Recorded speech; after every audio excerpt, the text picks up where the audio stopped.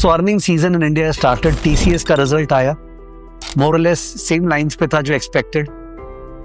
और मैं सोच रहा था कि what is the way out, कैसे सोचे इस आईटी स्पेस को जैसे इंडिया में चल रहा है।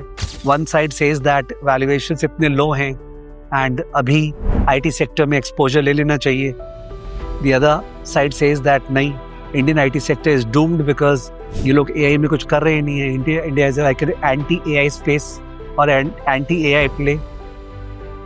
तो मैं एक एंगल देख रहा था कि जो फॉरेन हाइपरस्केलर्स है ये लोग हमेशा से कैश जनरेटिंग इंजन थे और वो कैश को ये लोग डिविडेंड के फॉर्म में, बायबैक के फॉर्म में डिस्ट्रीब्यूट करते थे, आप सबको पता है। बट अभी आप ये ग्राफ देखेंगे तो जो हाइपरस्केलर्स है इनका फ्री कैश फ्लो यानी कैश फ्लो माइनस इन्वेस्टमेंट्स अब नीचे की तरफ और नेगेटिव की तरफ जा रहे हैं बिकॉज ये लोग इतना मैसिव पैसा पंप कर रहे हैं इनटू डेटा सेंटर्स। जबकि जो सेमीकंडक्टर कंपनीज है उनका फ्री कैश फ्लो हाई है और बढ़ रहे हैं।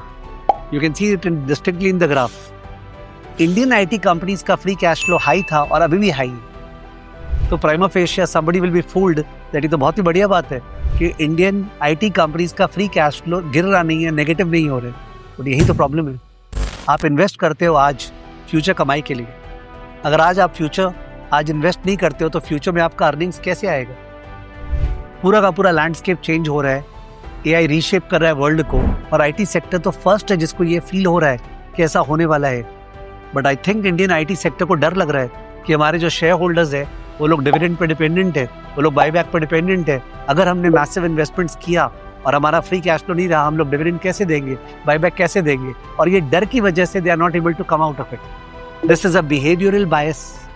Some Indian companies have started walking the correct path. मेरे ख्याल से HCL टेक ने एकदम सही किया जो कि सर्वम AI में $150 million वगैरह का एक्विजिशन किया।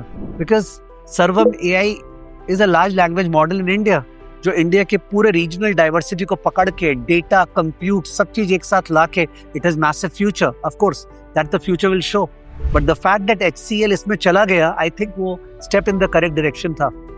तो जब एनालिस्ट्स, स्टूडेंट्स आईटी स्पेस को देख रहे हैं इंडिया में, मेरे ख्याल से इस लेंस से देखना जरूरी है, खासकर अगर आप लॉन्ग टर्म इन्वेस्टर है। बिकॉज वो आईटी कंपनीज इंडिया में, चाहे वो टियर 1 हो चाहे टियर 2 हो, जो एआई स्पेस में इन्वेस्टमेंट्स कर रही है, ऑर्गेनिक या इनऑर्गेनिक, मतलब खुद से और या फिर किसी को अक्वायर करके, दे आर द कंपनीज जिनका मेरे ख्याल से फ्यूचर स्ट्रांग होगा। अभी पेन होगा, अभी फ्री कैश फ्लो उनका कम होगा, वो कमती डिविडेंड्स दे पाएंगे, वो कमती बायबैक कर पाएंगे, बट फ्यूचर में ये कंपनीज हैं जो फ्यूचर में सर्वाइव करेगी। And you know the entire thing can flip and you will find 10 years down the road India में अलग तरह के आईटी विनर्स होंगे एज कम्पेयर टू हमारी जो आदत 20-30 साल से लग गई है। ठीक है, तो I wanted to share this view with you. All the best for the investments you make.